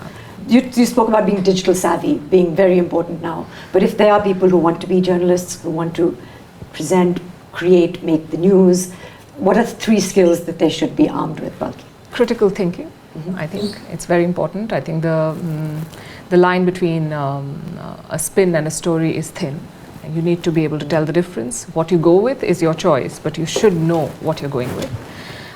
Second is, of course, your technology, AI. I mean, that is the language, that is the tool, that is the medium. You have to master it. And I would still say storytelling is very important. Although there is a lot of clutter and the attention spans are shortening, there is still hunger for clarity. And a good story can really land you there. Yes. So yeah, I think those are the 3 things that people could focus Is on. there anything you want to add to that? Or? I mean, anyone who comes up to me saying they want to be a journalist, I always tell them that they have to read everything. Yeah. Unfortunately, we don't. I mean, our editors would complain that we were not reading enough, and it's gotten worse and worse. By read everything, I mean read the back of your shampoo bottle. Right. Read everything, because everything is a story, everything is information. You Right. need to know what is going on in the world, and reading makes you a better writer. Yes. So exactly what she said about being, storytelling and all of that comes from reading more and more. Right. And it's not, you can't just decide that, okay, today I'm a journalist, because there's no gatekeeping. If you want to be a good journalist, I mean, you have to have the mind of a detective, because it is You about, have to be curious. You have to keep asking it's why. about looking I for think why clues, is the question asking questions, figuring out, hey, this doesn't seem right to me. What's going on here? You have to be deeply empathetic. You have to feel for people, for injustice, for the stories that you're writing, for the issues that you're covering, the causes that you care about, and you have to read. Yeah. So, read really well. Because you said you have to be empathetic, both of you cover the news and absorb so much. I know you're still an optimist, but there must be anxiety. I read something that you put about rats in a neonatal unit. How does that not stay with you? You read about Gaza, you read about, on a day-to-day basis, you absorb, as we all do. Just living in a city like Mumbai, you absorb. So how do you find your sense of calm and optimism amongst that? I plug out regularly, so I'm able to compartmentalize between, like, this is work and this is family time. Wow. I put my phone away, and my team knows to call me if they need me. But I feel frustrated. For me, crime against women is something that really gets under my skin every single time. Yeah. That I write a story, read a story, process a story about crime against women. It just, makes my blood boil. Children, when children are put at harm, it really, really bothers me. I get frustrated. The way we treat the environment really bothers me, because it's myopic and it's dumb, really. We're going to get hurt, really, But it's the world you live in, and I think that it's a professional hazard. You develop the skill of being able to plug out and separate yourself, because otherwise you wouldn't be able to do it. Right. I think that there was this one time during COVID, I read something. And at that point, I was working from home, and I used to sit at the dining table, and my husband used to work in the guest bedroom. And he came out one day, and I was sitting at my laptop writing with tears streaming down my eyes. And it was the only time that a story cracked me, and I can't remember what it was. It was about a certain number of bodies, and I think there was this one visual, I think it was from the south, where there was a trigger warning to your audience. There was an ambulance that came that was full of dead bodies that were wrapped up in that COVID white, and it took a really deep turn when it came out of the hospital, and one body just rolled out the back. onto the street, and the guy just, and you know, that visual just really bothered me, and I had to continue writing because, you know, at that point it was moving so fast, and I was just like, I was crying through it, and I said, so what are you doing? What's going on? And it was just, you know, there are days when it gets you. There are days when it just, you know, visuals from Gaza will get you, visuals from India will get you, but that's the job. Unfortunately, you can't look away, you can't stop. Does it get you? Yeah, all the time. And I've not been able to create that line between, that's hard. I mean, I work all the time, I think, and I'm working with my children while I'm at work, and I'm working with my team while I'm at home. And I've always thought that this whole balance thing is a myth, because there is no balance. Sometimes the newsroom wins, sometimes the home wins, and that's what you juggle. But it can be tough, and I've had very many instances. When you start off, it's every story feels like very personal. You learn to become cynical over a period of time. You learn to distance yourself. In some cases, you would have heard, like, there's an accident, so in a newsroom, it's not, I mean, it might sound jarring to someone outside, but you're asking, what are the visuals like? Is there blood? Right. You ask this all the time. Right. Because you have to put the best visuals without, and that is our job. That makes us sound sometimes heartless. We are not. I remember when I was expecting my first child, I had to interview somebody a case of medical negligence from Bengaluru, and this man described how his wife was mishandled and they lost the baby and the wife. And here I am sitting, pregnant myself, and I could not shake it off for days. And I discussed it at home, and my husband said, the next time something like this comes up, you have to tell them that I'm not going to do this. And I said, no, I will not do it, because you know, I don't want to be treated differently, because it's bad enough that they you know, see pregnant women as a liability beyond a point. But so it is tough sometimes when you see children again in situations where they shouldn't be and are not of their making. Yes, absolutely. Right? COVID was horrible. I was going to work every day, and every day I carried the weight of the feeling that I'm putting my family in harm's way. And my mom was with us, and that's the year I lost my father, and then my mother became ill, and she had COVID, and she had to be hospitalized, and it was such a difficult, I thought that by going to office, I have done this to my family. It took me a lot of time to come out of that. It was unfair. I think everyone was falling sick, and so it probably would have happened anyway. But sometimes, it's not an easy job, and it touches you in ways that you. I've learned to meditate since then. I do that every day. It is, I think, important. As you said, I also believe that it's a myth and it's tough, and we are all parents as well over here. Your son is very young. I think your children have grown up a little bit now in their teens. But I mean, you have to be present, and you have to be present at work. In terms of, I think there was an interview of yours I was watching where you did speak about the work-life balance, and especially how some work environments are not so sensitive to new parents, new mothers perhaps. And you spoke about an instance once when you were presenting the news, and I think your daughter had a ear infection. Yes. And you were... I was weeping as I read the headlines. I remember that. I was crying because I have a very good support system at home, and when I was leaving, I was told that she'll be fine, and my kids were never clingy, even when they were babies. They just said bye to me, and I thought that was cool. But that day she wouldn't let go of me, and I could not forget her crying face, and I just thought to myself, why am I doing this? I mean, what's the point of this? And I found myself crying on air, and then I was beating myself up for appearing weak, because then I thought that my colleagues would judge me, and you know, for a young mother, the toughest bit is to tell folks at home that I am committed to my baby, and to tell folks at work that I'm here, I'm not thinking about my child at all. I'm completely 100% at my desk. Both are lies, right? It's tough. Yes, and these are conversations men typically don't have to have. I think increasingly there are men who are sensitive to the idea, but I'm not sure they completely understand what you're going through. And in some cases, I suspect that they might be thinking that we're making too much of it. But I want to again put this on record that that's not true. And I've worked with a lot of young women who went through motherhood. What should be a very beautiful phase of your life can also be very traumatic in a whole lot of ways. You know, you have body image issues, you have hormones, you have and then to be the people who are working with you have got a promotion because you were out for a while. You a million things, right? It's not easy. No, and you spoke about having a great support system at home. It's not that your child won't be looked after. It's you. You want to be there for certain things. I feel like you feel like you're missing out. The children are okay. They'll be fine. It's at least for me, it was me wanting to be everywhere at one time.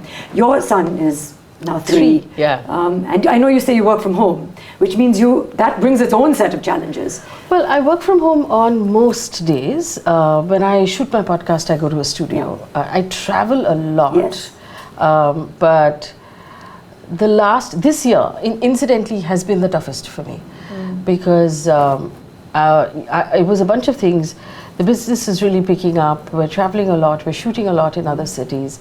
I had an Aspen fellowship that took me, away from home for a week at a stretch, which is a bit. And then in March, my dad got very sick in Bangalore, and I was spending a lot of time in Bangalore, helping with my dad, who was in and out of hospital for a few months. My 3-year-old was at home with my husband. My business was, it was everywhere.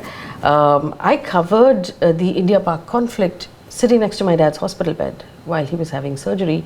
Outside the ICU, I found a shared office space next to the hospital where I would go and record a video every day and come running back to sit outside his hospital room again.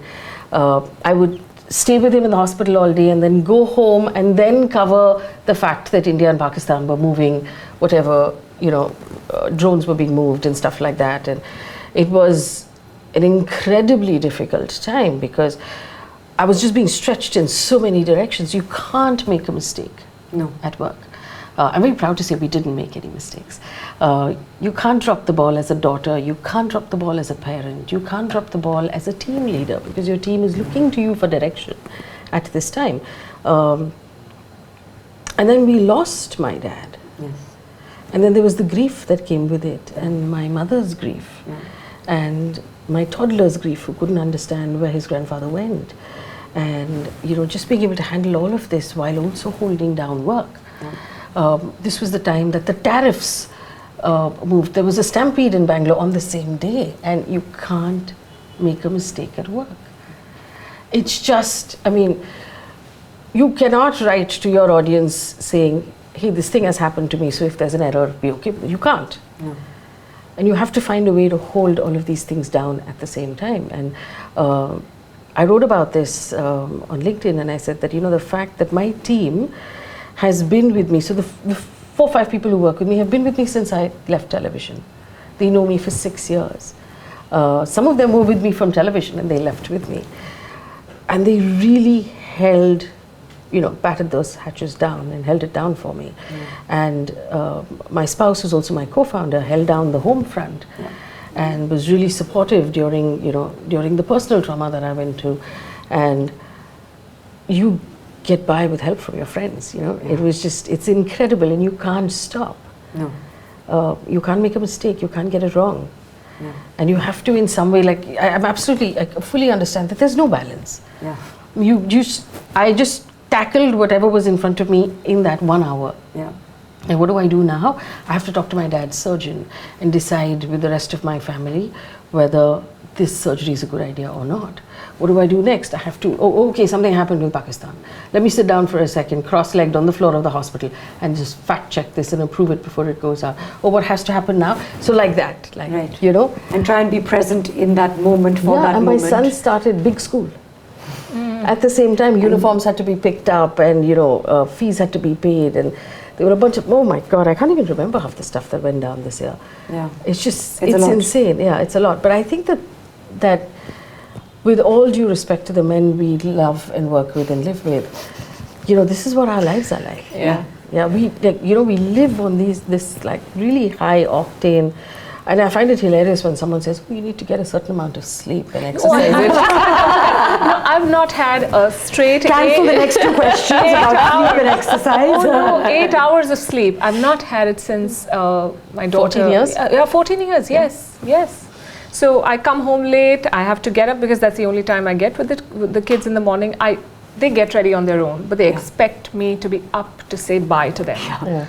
My parents were not. Mine does not get ready on his own. He is 3. He's 3 years We have to old. negotiate brushing and bathing and putting his He'll clothes get on. there. Yeah, but he'll still want you to be there. Yes, he'll want. Yeah. And maybe you will also want it because that's the only time you get for me, together. that's the only time. That's the hard part. There's a lot of stuff that I could hand off. Yeah. On the parenting front. Yeah. Right? You don't want to. But you don't want to, because that's the half an hour you get, and I want to know how he's interacting with his school and his teachers. I want that 30 seconds of FaceTime with the teacher when you drop off the child. And it costs me an hour a day to do that. And I could hand it off very efficiently to someone who do a very good job, but you don't want to. And it gets worse. The more they thank you. Yeah, no, because the more they learn to talk, the less they share. Yes. So you may ask questions, but you'll probably get an eye roll or no response at all. And so you have to keep And on the other engaging. front, when you head an organization, Yeah. the buck stops with you. Yeah. So a lot of times, my team waits, like, we've sent you this, you need to look at it and approve it. And now it's sitting in my inbox, and so I'm the bottleneck. Right. Because there's a bunch of things that I have to Have you send read in. that thing about the monkey? Yeah, I'm the monkey, man. No. I've read the mouse and the cheese. Where's the monkey? The monkey. So basically, if it is my task and if you're my boss, then I will catch you at a time when you're not 100% in the moment. And I'll say, okay, this needs to be done. So what do we do? Now, you know enough about the problem to not say that I don't know. Right. But not enough to give a decision. So now, half the monkey is on your back, and now you have to fix it. So I have given it to you. So we're working for our teams. Yeah. We're working for our bosses. We're working for our children. And we're also influenced a lot by our parents. I think we are the worst generation. Really? There could be. That's what Kunal always says. He says, we've listened, and now we've listened to our parents, we've listened to our children. What about And us? there's like this whole thing of we want to do a better job with our kids. I don't know. It's very confusing. I don't know. My parents were not there, as I said, when I got up and went to school. They were not there. I think those were easier days. Like I've paid your fees and I've fed you and you have some clothes, so just figure it out. Yeah. But you manage teams, both of you. Yes. And so you're there. Obviously, her team is a lot larger, so there's more. Yes, there's 5, 6 heavy of you. lifting to be done there. And there's you, but you're managing teams and you're managing people. And today's generation, who are also your audience and your consumers, so you've thought about how to appeal to them in terms of giving them content that they should consume, that they want to consume. But how do you manage them when they are so woke and they're very in tune with what they're feeling? You perhaps may have had a boss that was also equally in tune, maybe understood days where you were not in the moment or feeling up to it. I don't know. I will ask you, how are your bosses, and are you, I'm not going to say good bosses, but if somebody calls you and says, I'm feeling a little low, or, My cat anxiety. is sick. That has happened to me. My cat is Yeah, even I got my cat is sick. But cats are the ones that are independent. No, dogs are sick. They don't want to take themselves to the vet, no? Yeah. Yeah, but when I'm sick, I take a paracetamol and come to work. Your cat is sick. Hello. Then I got a cat But is sick. you cannot say that, when some of those, they will walk up to you, an intern comes to you and says, I want to do a show on global conflicts. And I'm like, have you figured out where the coffee machine is? But yeah, and you can't say that because then next thing you know, you're on HR. LinkedIn. LinkedIn, HR. Oh, I see. HR has been bypassed. You just write about it on social media. Yeah. My God. Talk about how this person is such a horrible person. But you need to be empathetic to them. So see, it's a different generation breed. Like I admired when she said that, the Operation Sindoor happened and her team already showed up. My team did not show up. One of them was on leave for a wedding and somebody else was somewhere else and somebody else was... And I was actually, with all of the trauma that I just called out, asking them, hey, can anybody come in right now? Can you log in, please? And at that point, a former colleague of mine who was my, sort of worked with me in Mirror Now. The second senior most person in Mirror Now, the executive producer, was in between projects, and I called him. I said, "Are you free?" And he said, "Yes, I am." And he's older than I am. I said, "Just log in. I need hands." And he just logged in. He didn't ask me anything. He didn't say, "Am I on your team? Are you paying me?" Nothing. He just logged in, because that's a different generation. And there were Sundays when India and Pak was still at conflict. We didn't take the day off for Sunday, but the team will just not, it's a day off. Yes. It's a day off, it's a day off. So only, Raman and I were working because we're older, and that's how we feel about it. And we wake up in the middle of the night and say, "Acha, tu likh le, main check kar leti hu," because we have this system. You have to, one person writes, you have to have a different person check. Right. And nothing goes without it going through a certain process. A verification process. So of course. I had to, a lot of times we just wake each other up. But I've taught myself that it's a different generation, and they're not going to respond to the news the way we responded to the news, where we were just hungry hippos. We were like, "Give me a story, give me a story, give me a story." I wanted to be in on Sundays. I wanted to be in like late night, and it was a badge of honor if you didn't go home last night. And you stayed all night, and but here they understand that I need but I've said a lot of things about Gen Z and not great ones, and I've got like what? Like they What's are the worst thing you said about Gen Z? HR does not want to hire them because they feel entitled, and they do not want to put in. I mean, they want to either be from intern to CEO. There's nothing in between. They don't want to manage teams because that is too much work. But they want the parking slot. A whole lot of things. But I've also learned that if you give them purpose, if you excite them enough, then they will go out of their way. But if you just tell them that this is what you have to do, they will not do it. You cannot pull rank. No. It has to be a more collaborative process. It is very frustrating because you feel that I had to go through so much. I just, whatever I was told, I did it for the longest time. You have to earn it. They don't think that they have to earn it. They think that they've earned it by just entering the office. Right. So I think we have to find a way to work with them, and being a parent also helps because I you're feel dealing like with them. Because I feel like you can't even block them. You can't fire your children. You cannot block them like you can people on social media. So some of the young people I work with, and they're not that young because they've been with me for a few years. I find that it's more of a relationship than a employment contract, where it comes. It's actually like a family member. It's very hard to draw them out. They're very. You have to be. You're there for the good days and the bad days, and the cat being, unwell, and I just don't feel it, and I'm not well today, and I don't, whatever, and you have to make room because this is a different generation of people, and they have a different approach to life, and I do believe as a human race we have not paid enough attention to how COVID impacted all of us. And I think Gen Z's been hit differently, and their value system has been changed by it. By COVID. Yeah. There's a deep sense of nothing is permanent. Yeah. Like, why should I do this? Because it'll all be dust tomorrow. Yeah. And so there's a leaning towards experiences more than asset building. Yes. So they're more interested, can I find a way to do this from Goa without it sort of disrupting the job? Can I find a way to build this into an experience? Yes.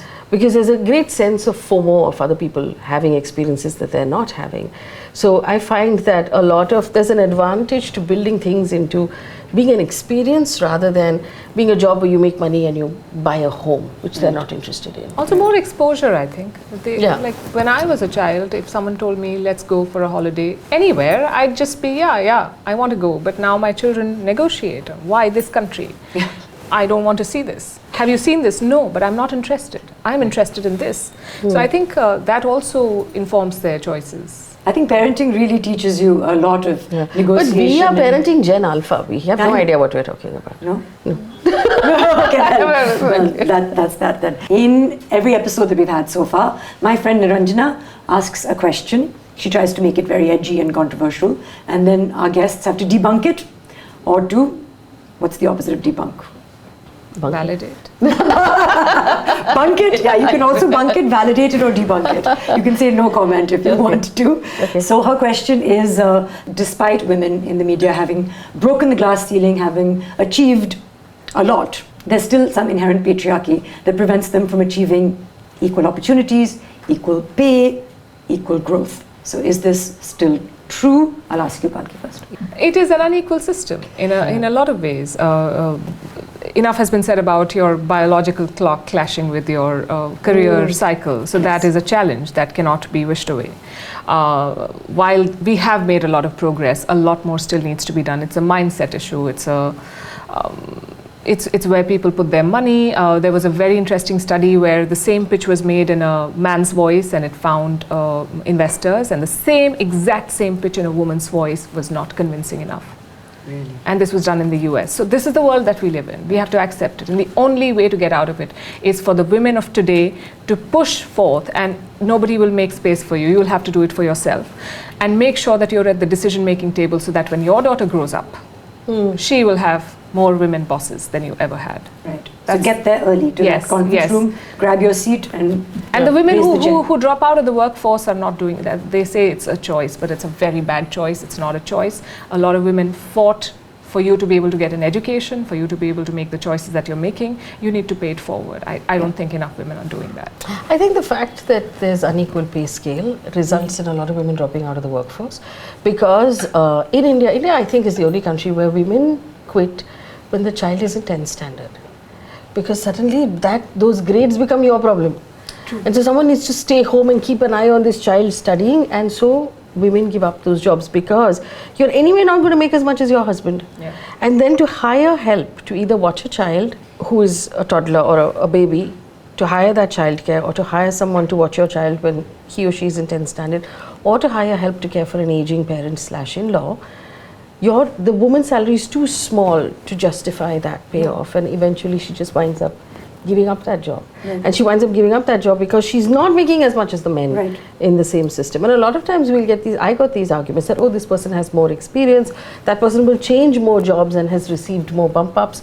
And so some sort of like designation parity, back-end designation, front-end designation.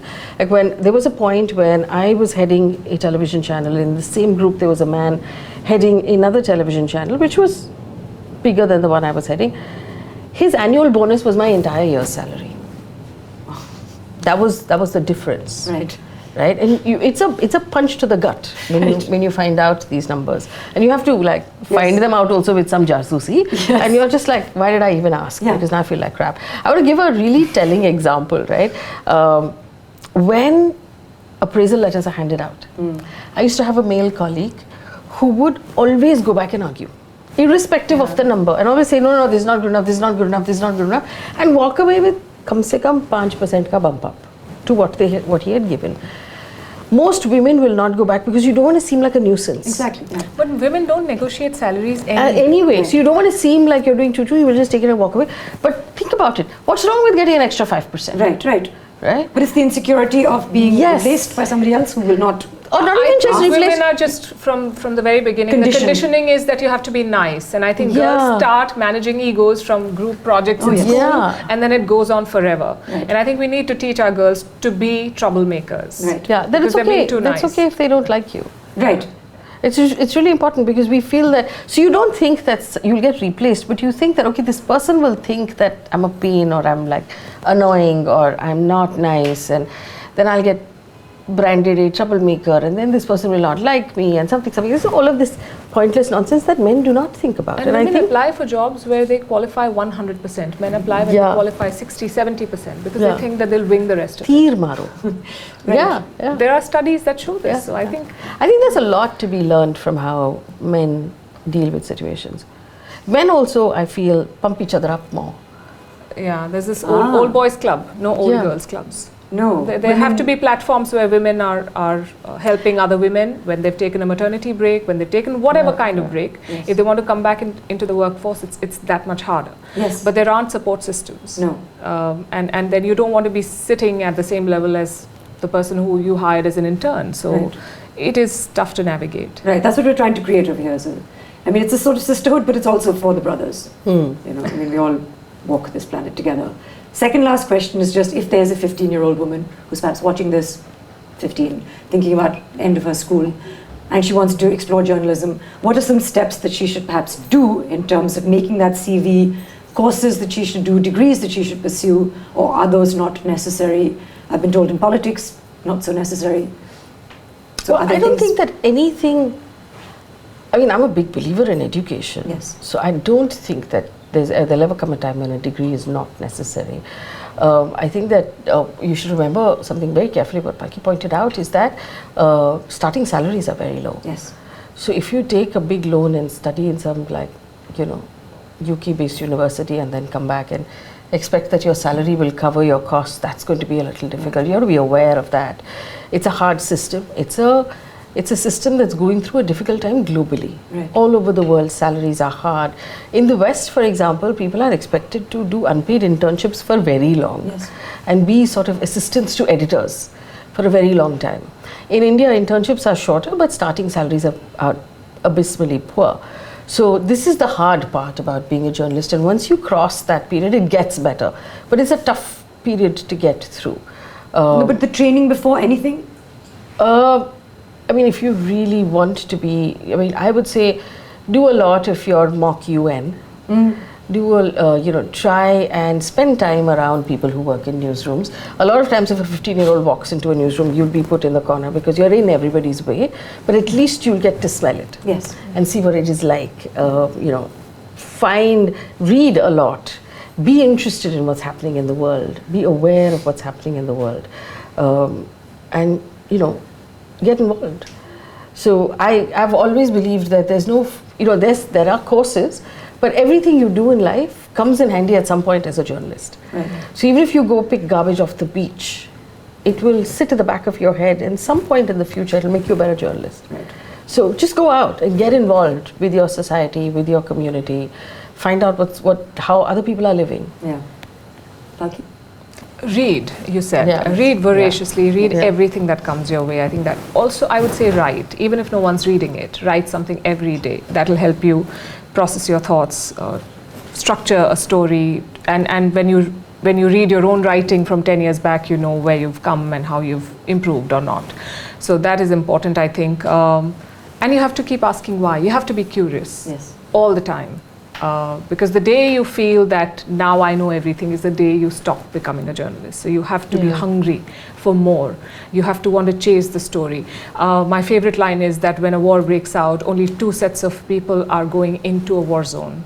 Soldiers and journalists. Right. Everyone else is going. Everyone else is leaving. So we are curious and stupid enough to go into situations like these, and you need that. Otherwise, you may think that you'll come for the thrill of it and the glamour of it, but it'll not last. What will last is this, and that is what you need to hone, I think.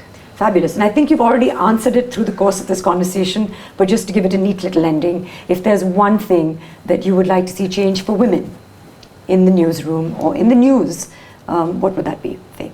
I would want more women in newsrooms to have a say in what stories get covered and how those stories get written.